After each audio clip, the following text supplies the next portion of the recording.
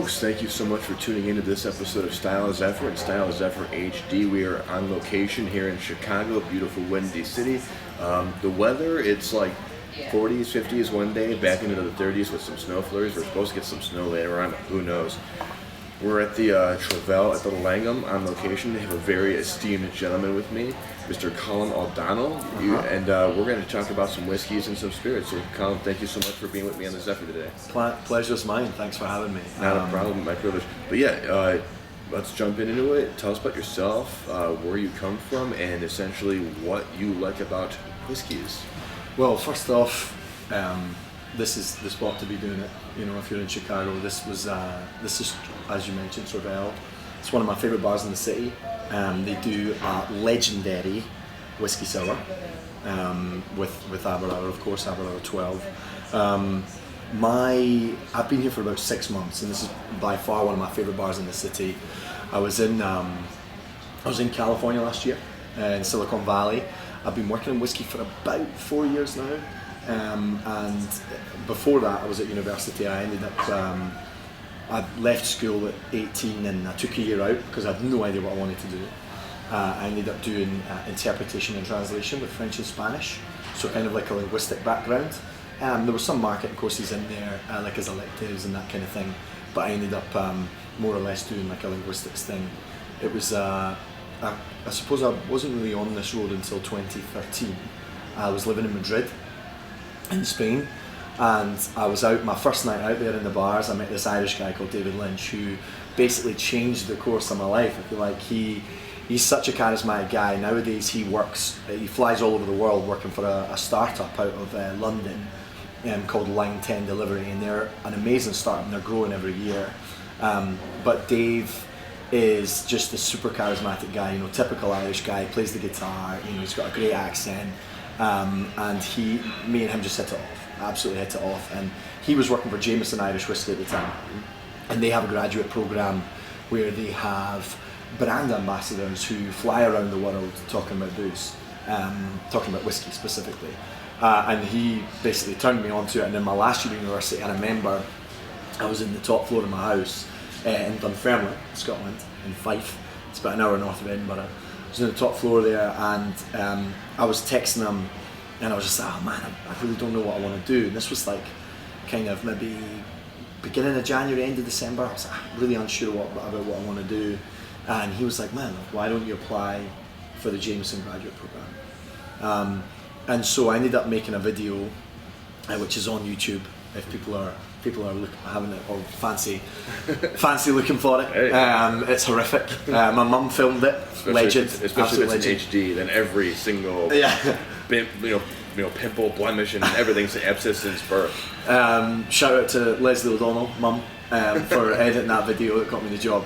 But we filmed it in South Queensfair on the River Forth there, and I sent it out to Jameson, and they ended up having me fly over to Dublin a couple of times for interviews and that kind of thing. Nice. While I was over there, they said to me, you know, did I know that there was a Chivas Regal, which is a Scotch rather than Irish whiskey.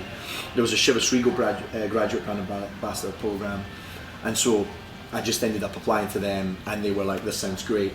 And then on May 6th, 2016, I got the call from Chivas, and they were like, right, we want you to come and do this, we want you to come and be a whiskey brand ambassador, and we want you to do it in the Dominican Republic, in the Caribbean, right? So for a guy that likes his cigars, you know, that's why I'm like, what did you say? So I remember saying to the lady that had called me, I was like, listen, I'm just going to quickly call my parents and call you back, because obviously, you know, I wanted to tell them. And I called my dad, and I said, Dad, it looks like they're going to give me this job. I'm going to go to the Dominican Republic. And he was like, oh my lord. Like, he was like, where even is the Dominican? I mean, he knew where it was, but he was like, do you even know where it is? And I was like, not really. And so we looked on the map, Lonely Planet, and there it is, smack bang in the middle of the Caribbean, the island of Hispaniola, so it borders Haiti, and Spanish-speaking country. And so August 1st of 2016, I started my training. And I did 6 weeks in London and Scotland, learning all about whiskey, learning all about the professional world, and then I flew out to the Dominican Republic on September 9th, 2016, and I started work on September 12th. So it was a really tight turnaround. Back from Dave in late 2015, early 2016, Dave saying, why don't you do this, this and this. The next thing I knew, September came around, 2016, and there I was in the middle of the Caribbean selling whiskey, and being a brand ambassador and educating people on whiskey and educating people on this kind of cuisine. So 2 years later, I moved to California with Aberlour, which has been an amazing experience. I was out in Silicon Valley, I lived in San Jose there. And then April this year, my boss said to me, look, would you consider moving to Chicago? And I said, man, it's the best whiskey town in the world, and Chicago is one of my favourite places of all time. If anyone listening hasn't been here before, it is the quintessential whiskey town. You know, all these little speakeasy, dark bars, beautiful people, beautiful drinks, great style, and so it's been really cool. I mean, I've loved it. I've loved every minute of it. And we even met in one of these kind of high-end whiskey bars. Talking about whiskey. Yeah, that's how we met. So me being pretty #basic, but wanting to learn more about it, which is actually a great segue. Like I said, because I pulled some cigars out of my bag, kind of setting up for everything, and for the amount of friends that I have who will start smoking something because we've recommended it, there's a lot that goes into it. There's so much that goes into it, and typically when you start asking someone about like, well, what's the, like Maduro and this and the Nicaraguan, and it's a double wrapper, double binder filler. Some people don't know what the hell you're talking about because there is an ABC to it. There is an absolute fundamental to it. So to get a little bit more technical right into it, whiskeys, bourbon, whiskey, bourbon, whatever thing. What got you interested into it, and then what is it? Well, so I work for obviously a Scotch company, which I think people often mistake Scotch for not being a whiskey. People often say in the United States they misconceive bourbon with whiskey and whiskey with Scotch. So a lot of people will say, oh, I don't like Scotch, but I like whiskey. And they're essentially talking about American whiskey. Whiskey is the overarching family term, and bourbon, rye, Irish, Scotch, Japanese, these are all subcategories, if you like, of that family. In American whiskey, oftentimes when we talk about American whiskey, we're talking about Tennessee, like a Jack Daniels, or we're talking about, say, like a Smooth Ambler, or like a Jim Beam, all these kind of things. These are all whiskies that have varying mash bills, they're called, which is the makeup of the grains that we use. For example, if a whiskey is a bourbon, it has to be a mash bill or a grain makeup of 51% corn. If it's a rye whiskey, it has to be 51% rye, so on and so forth. With Aberlour, we are a single malt whiskey, Scotch whiskey. That means the single comes from one distillery and only one distillery, and malt, it means it's 100% malted barley, right? So it can only be made out of 100% malted barley. Now, all of the barley that Aberlour sources is within 50 miles of the distillery, so it's a very local operation. And these grains, what they do is they'll give you a slightly different flavour, and I always like to talk about cornbread. I like to use the example of cornbread in the United States. It's a very, very sweet tasting bread, right? And that translates over into bourbon, right? We're using corn to make the whiskey, so it's a very sweet, very, very rich tasting whiskey. Whereas with Scotch, or single malt Scotch in Aberlour's case, we're talking about malted barley.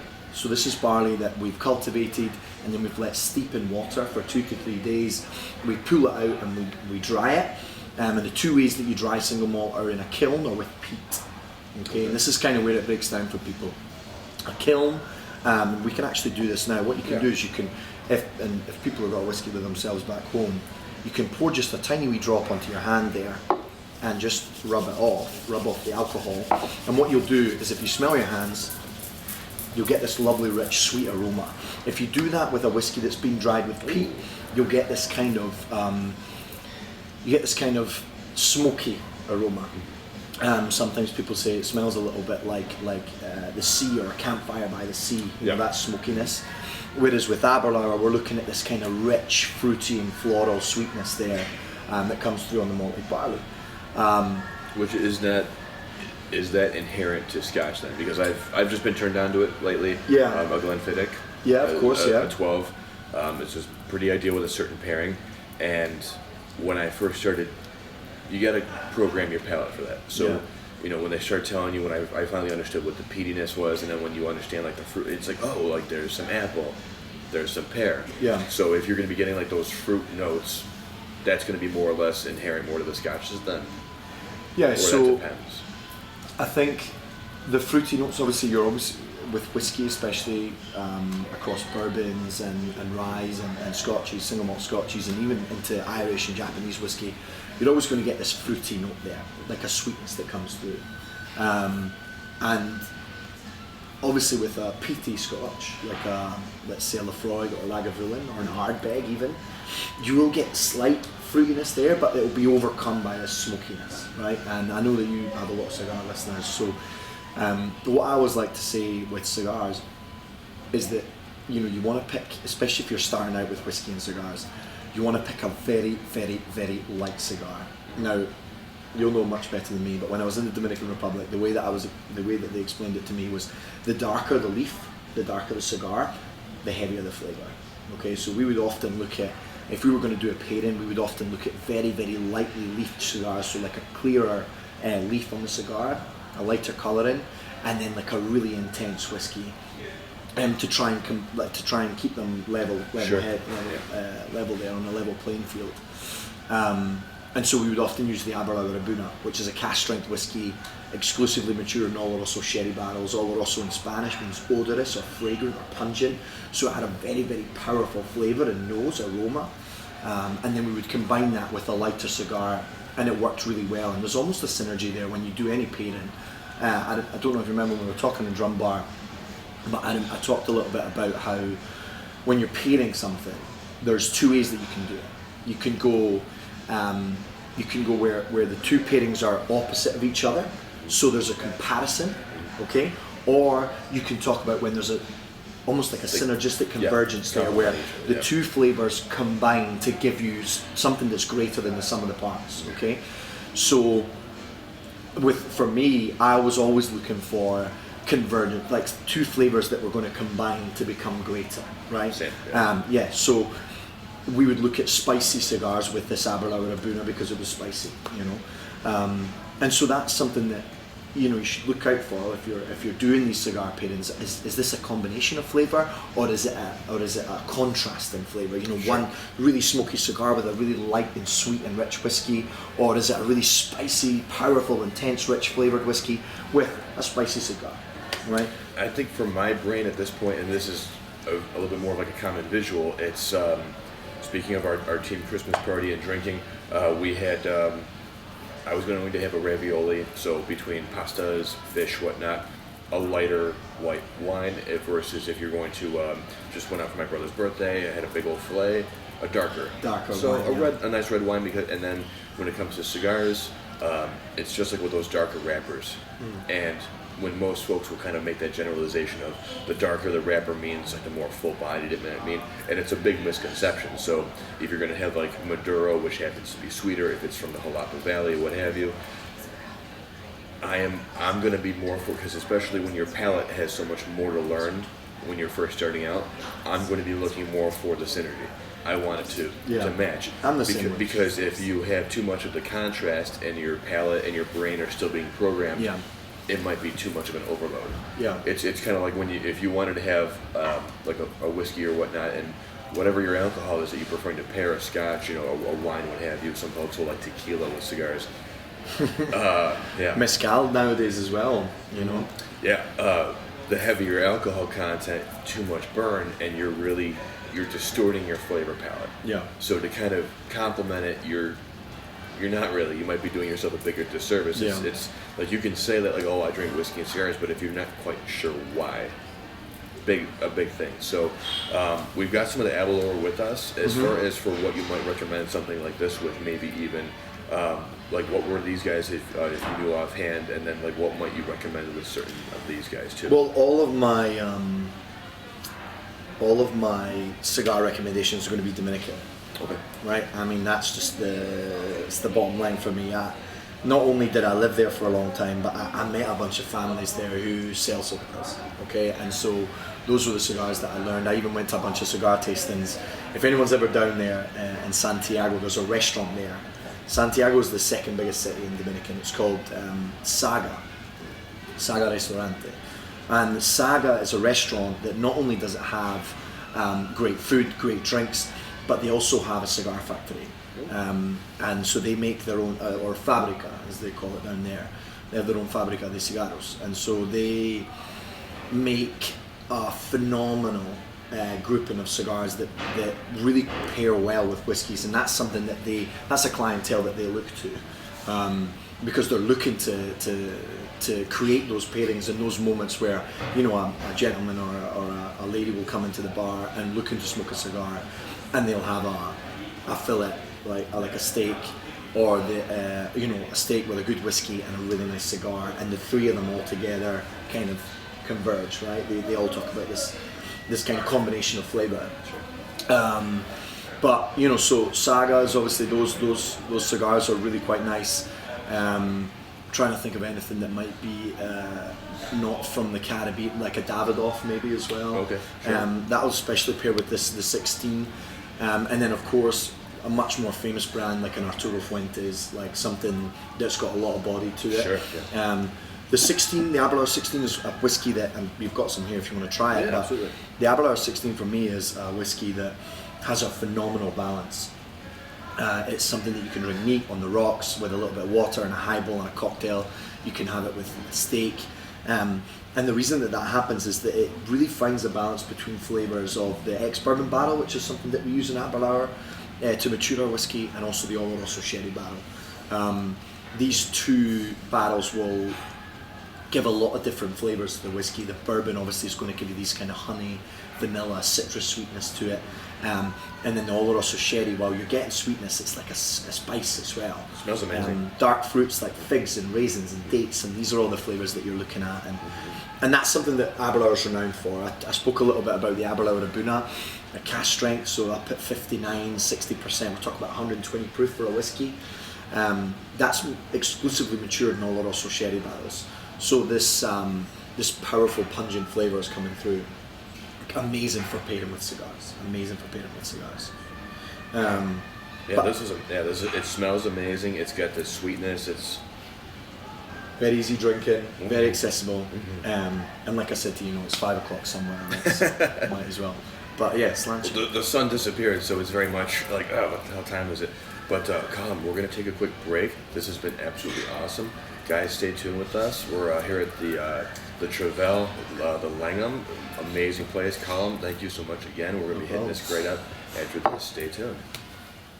This is Casa de Monte Cristo, a unique cigar establishment built for friendship, relaxation, and comfort as you enjoy a fine cigar from Casa de Monte Cristo's large selection.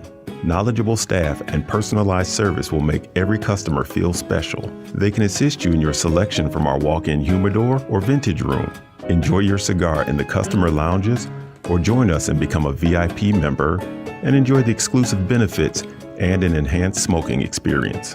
VIPs take the private elevator to the private lounge, where there's a seating area large enough to accommodate many members and guests. You'll have access to your private humidified locker. There are private booths for a cozy atmosphere. Sit at the bar and enjoy your favorite sporting event, or just chat with friends, all while sipping complimentary beverages provided by one of Casa's servers or a bottle that you provide. You can also enjoy a movie in the theater room. If you really have a desire to work, there's a conference room with high-speed Wi-Fi and enhanced mobile antenna.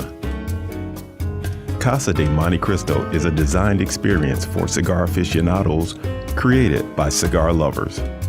Come in and unwind. You will not be disappointed.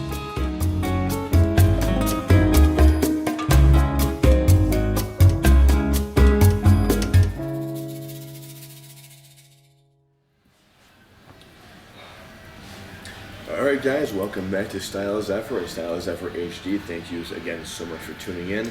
Welcome in back, Mr. Callum O'Donnell. Callum, thank you so much. We got some absolutely wonderful spirits here. We are learning a ton.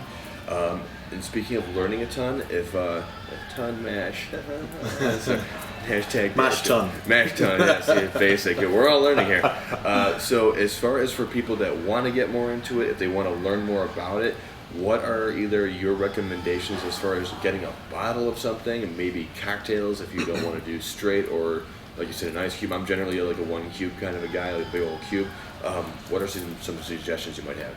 Yeah, so I mean, there's so many myths and legends about how you drink whiskey, right? I mean, people talk about you know, how many drops of water, the kind of ice that they have, all that sort of stuff. I can only recommend one way to drink the whiskey, and that's however you want to drink it, right? However you want to drink whiskey, that's the best way to do it. I do recommend, obviously, you know, if you're drinking like an Aberlour 18, or say you've got like a Glenlivet 25, or say you're going even higher and you're doing like a Pappy Van Winkle or something, and then you're spending an absolute shed load of money on a bottle of whiskey, which you should probably be spending on, I don't know, an investment or a suit. Sure. Well, I suppose Pappy is an investment nowadays, but and same with any big high-end Scotch. But you know, you should really try your best to enjoy it. As it's meant to be enjoyed, which is, you know, with either a couple of drops of water or neat, you know. The ice thing, love it. I'm big on it myself. I love a couple of cubes of ice. The bigger the cube, obviously, the longer it's going to take to melt and dilute. So you know, you're only going to get little dribs and drabs of water into your whiskey, which is a really, really nice way to kind of getting the best of both worlds. Yeah. And the other thing as well is if you're drinking a whiskey that's very, very hot in the sense of ABV, so alcohol by volume content, the ice will reduce